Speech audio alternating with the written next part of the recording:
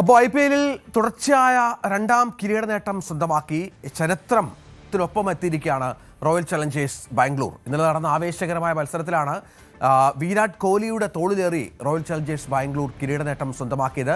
ഗുജറാത്ത് ടൈറ്റൻസിൻ്റെ 5 വിക്കറ്റിന് തകർത്തു. അങ്ങനെ ശുഭ്മാൻ ഗില്ലിൻ്റെ വലിയ പ്രതീക്ഷ അസ്തമിക്കുകയാണ് ഉണ്ടായത്.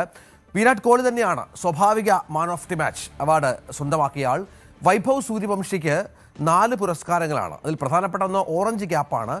10 മത്സരങ്ങളിൽ നിന്ന് 700-ലധികം റൺസ് അടിച്ചുകൂട്ടിയാണ് വൈഭവ് ഓറഞ്ച് ക്യാപ്പ് സ്വന്തമാക്കിയത്. അത് മാത്രമല്ല ഏറ്റവും കൂടുതൽ സിക്സറുകൾ അടിക്കുന്ന താരം, ഏറ്റവും കൂടുതൽ വളരെ കുറഞ്ഞ പന്തിൽ 1000 റൺസ് തേക്കുന്ന താരം. അങ്ങനെ ഈ IPL-ലെ വണ്ടർ ബോയിയായി അക്ഷരാർത്ഥത്തിൽ വൈഭവ് മാറി എന്നത് പ്രധാനമാണ്. മറ്റൊന്ന് ഒരുപക്ഷേ ഈ IPL കളിച്ച ഏറ്റവും പ്രായം കൂടിയ താരമായ വിരാട് കോഹ്ലിയാണ് man of the match final മത്സരത്തിൽ എന്നതുകൂടി നമ്മൾ ചേർത്ത് വെക്കണം. അങ്ങനെ 2 തലമുറകളുടെ ഒരു വലിയ ഉയർച്ച കൂടി നമ്മൾ ഈ IPL കിരീടത്തിൽ കണ്ടു എന്നുള്ളതാണ് ഏറ്റവും പ്രധാനപ്പെട്ട ഒന്ന്.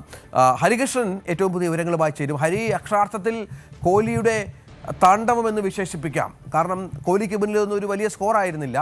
നമ്മൾ ഈ ആദ്യം ഗുജറാത്തിൻ്റെ ബാറ്റിംഗ് കണ്ട് അവരുടെ ഒരു തകർച്ച കണ്ടപ്പോൾ തന്നെ മനസ്സിലായി അവിടെ ആകെ പെർഫോം ചെയ്തത് കേവലം ഒരു ബാറ്റർക്ക് മാത്രമാണ് സംഭവിച്ചത്. അവരുടെ പ്രധാനപ്പെട്ട താരങ്ങളൊക്കെ പെട്ടെന്ന് പവലിയനിലേക്ക് മടങ്ങുന്ന കാഴ്ചയൊക്കെ നമ്മൾ കണ്ടതാണ്. അപ്പോൾ തന്നെ ഏതാണ്ട് ജാതകം കുറിച്ചിരുന്നു അല്ലേ IPL കിരീടത്തിൻ്റെ?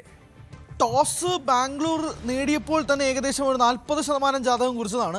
കാരണം അഹമ്മദാബാദ് പിച്ചിൽ ടോസ് നേടി ബൗളിംഗ് തിരഞ്ഞെടുക്കുകയാണെങ്കിൽ 40% വിജയം കൈവെള്ളയിൽ ഇരിക്കും എന്ന് തന്നെയായിരുന്നു കണക്കുകൂട്ടൽ. അത് തന്നെയാണ് സംഭവിച്ചത്. ഗുജറാത്തിന് ടോസ് പിഴച്ചതോടുകൂടി തന്നെ അവർ ടീം ഒട്ടാകെ തന്നെ പിഴയ്ക്കുന്ന അവസ്ഥയിലേക്ക് പോയി. ശുഭ്മൻ ഗില്ലും സായ് സുദർശനും വേണ്ട രീതിയിൽ പ്രകടനം നടത്താൻ കഴിഞ്ഞില്ല. അവർ പവർ പ്ലേയിൽ തന്നെ പുറത്തുപോയി. വാഷിംഗ്ടൺ സുന്ദർ മാത്രമാണ് 50 റൺ നേടിയത്. അതും 37 പന്തുകൾ എടുത്തു. അങ്ങനെ വളരെ സ്ലോ പിച്ചായിരിക്കും എന്ന് കരുതി, ബോളൊന്നും ബാറ്റിലേക്ക് വരുന്നില്ല എന്ന് കരുതി ഗുജറാത്ത് ടൈറ്റൻസ് 155-ന് അവസാനിക്കുകയായിരുന്നു. പക്ഷേ മറുപടി ബാറ്റിങ്ങിന് ഇറങ്ങിയ ബാംഗ്ലൂർ ഈ പിച്ചിന് ഒരു കുഴപ്പമില്ല എന്നുള്ള രീതിയിലാണ് അവരെ കളിച്ചത്. സ്വാഭാവികമായിട്ടും കണ്ടീഷൻസിന് ആനുകൂല്യവും ബാംഗ്ലൂരിനുണ്ടായിരുന്നു. അത് മുതലാക്കുകയും ചെയ്തു. തുടക്കം തൊട്ട് ഒടുക്കം വരെ മുൻ ക്യാപ്റ്റനായ വിരാട് കോഹ്ലി ഉണ്ടായിരുന്നു. 75 റൺസ് അദ്ദേഹത്തിൻ്റെ IPL-ലെ തന്നെ ഏറ്റവും ഫാസ്റ്റസ്റ്റ് ഹാഫ് സെഞ്ചുറിയും കൂടി കുറിച്ചത് ഈ ഫൈനൽ മത്സരത്തിലാണ്, IPL കരിയറിൽ തന്നെ. അപ്പോൾ അതും സംഭവിക്കുകയും ചെയ്തു.